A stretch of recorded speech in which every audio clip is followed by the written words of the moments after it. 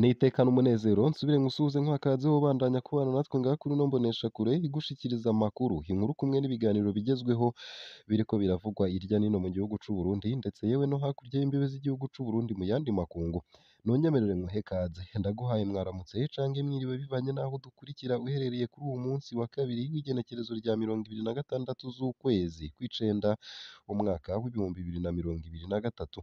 Wowe udukurikira uri mu gihugu c'u Burundi nunyemerere nguhe mwaramutse neza nanakwipfuriza kugira igitondo ciza, ndetse yewe nawe udukurikira uri hakurya y'imbibe z'igihugu c'u Burundi mu bihugu bibanyi nk'igihugu c'u Rwanda, igihugu ca Repubulika Iharanira Rusangi ya Kongo, igihugu c'u Buganda, igihugu ca Tanzania ndetse n'igihugu ca Kenya, mwese ndabahaye ikaze nanabakengurukira cane ngaha kuri ino mboneshakure imwe rudende ibatohoreza amakuru, inkuru kumwe n'ibiganiro biba biriko biravugwa irya nino mu bisata bitandukanye nk'igisata c'inkino, igisata ca politike, igisata c'ubutungane, igisata c'ubutunzi, igisata c'agateka ka zina muntu, igisata c'umutekano, igisata c'imigenderanire n'ayandi makungu ndetse yewe n'igisata c'uburimyi n'ubworozi. Hama nyene ikabigukusanyiriza ikabigushikiriza kamwe ku kandi vyose uko vyakabaye ata na kamwe kavuyemwo ku buryo butosoye kandi butomoye.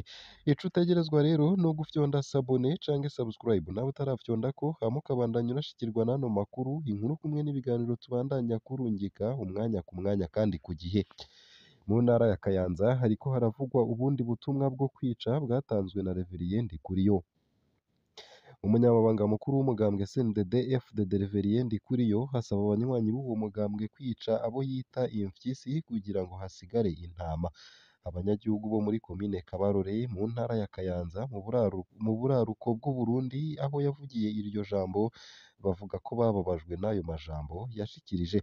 Nk'uko tubikesha ikinyamakuru SOS Media Burundi, imbonerakure ni ukuvuga abanywanyi b'umuhari w'urwaruka rw'umugambwe CNDD FDD muri komine Kabarore baravugije urwamo rw'amafirimbi ku munsi wa kane mw'ijoro isaha 8 z'ubuca.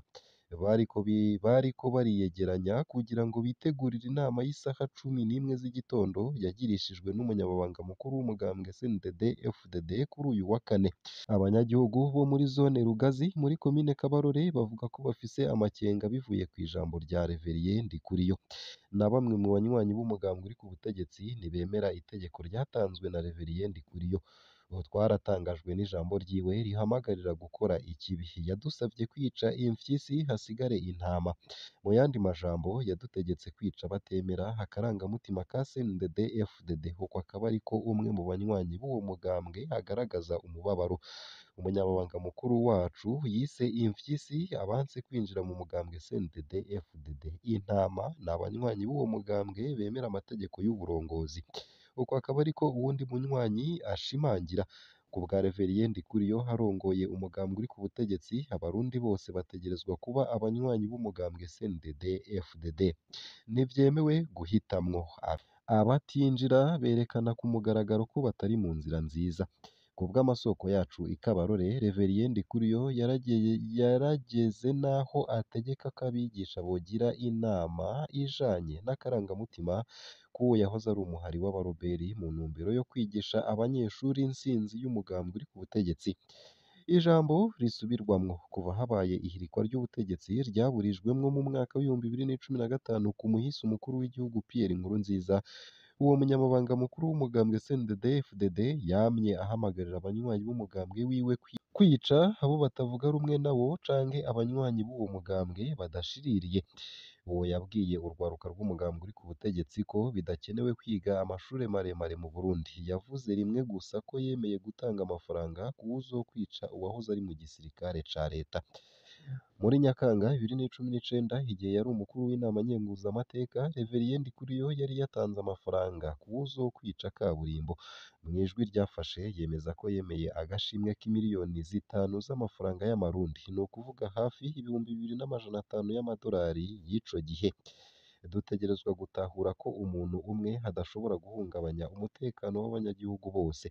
Ategerezwa gukurwamwo. Hasigaye kubaza Imana ko ari icaha gukingira intama zayo. Ku kibazo c'umutekano w'igihugu vyose birashoboka. Uko akaba ariko Ndikuriyo yari yashikirije. Uwo yavugwa ni Pascal Ninganza batazira kaburimbo yiciwe ku rugo rwiwe ruri muri komine Matana mu ntara ya Bururi mu bumanuko bw'Uburundi muri Ndamukiza 2020. Hari n'abandi bantu babiri bicanywe nawe, igipolisi nico categetse congera kiranacungera ifubwa ryabo inyuma yo kubica. Mu mwaka w'ibihumbi 2016 Reverien Ndikuriyo yari yemeye imiliyoni 5 z'amafaranga y'amarundi kuri uwo wese yomumuzanira abona canke yapfuye.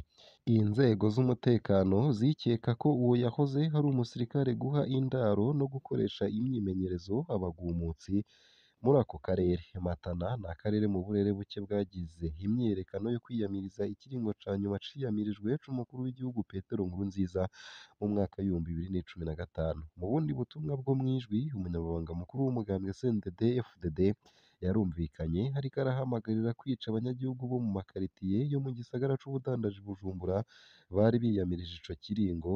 Nayo mu makuru ariko aravugwa hanze y'imbibe z'igihugu c'u Burundi ni uko muri Repubulika Iharanira Rusange ya Kongo ukunyinyurana hagati y'umukuru w'igihugu Tshisekedi na M23 bititeguye guhagarara.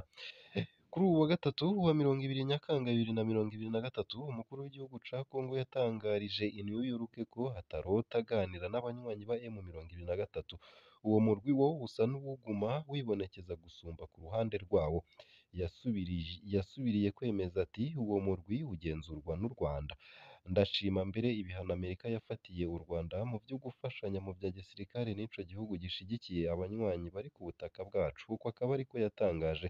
Ku ruhande rwawo M23 yo irarahira ikarengwa ko itazoshira ibigwanisho hasi mu gihe Kinshasa itokwemera kuganira nawo.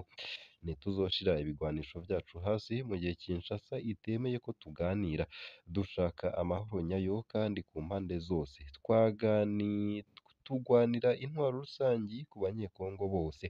Nta murwi w'abanyekongo wo kwigiza inyuma. Uko akaba ariko vyashikirijwe na Willy Ngoma, umuvugizi wa M23.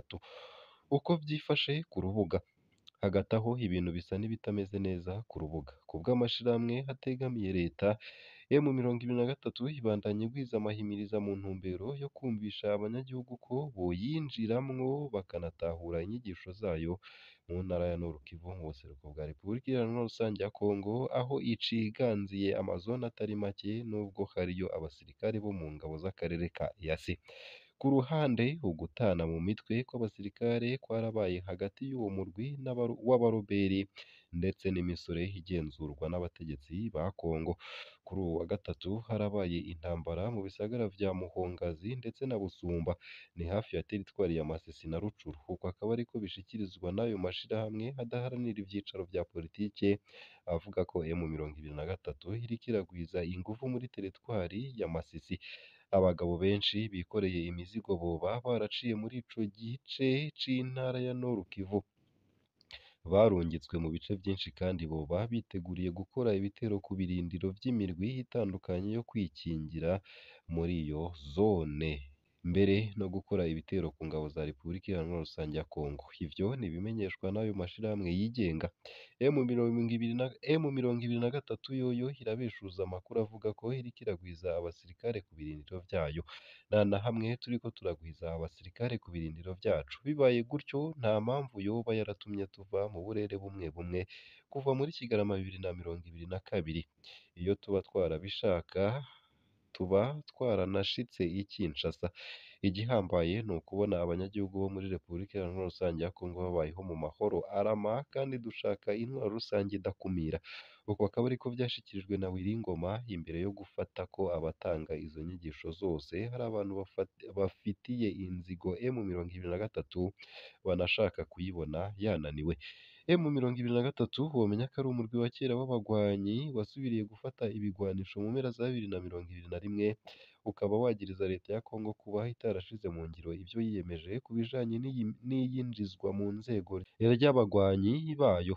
Abategetsi ba Kongo bemeza ko uwo murwi ushigikiwe na leta y'u Rwanda, ivyo iyo leta idahengeshanya guhakana, ikagiriza ahubwo indongozi za Kongo gukorana n'abagirizwa ihonyabwoko mu Rwanda aribo ba FDLR mu kubaronsa imyambaro, ibigwanisho n'amasase mu ntumbero yo kudurumbanya ubutaka bw'u Rwanda.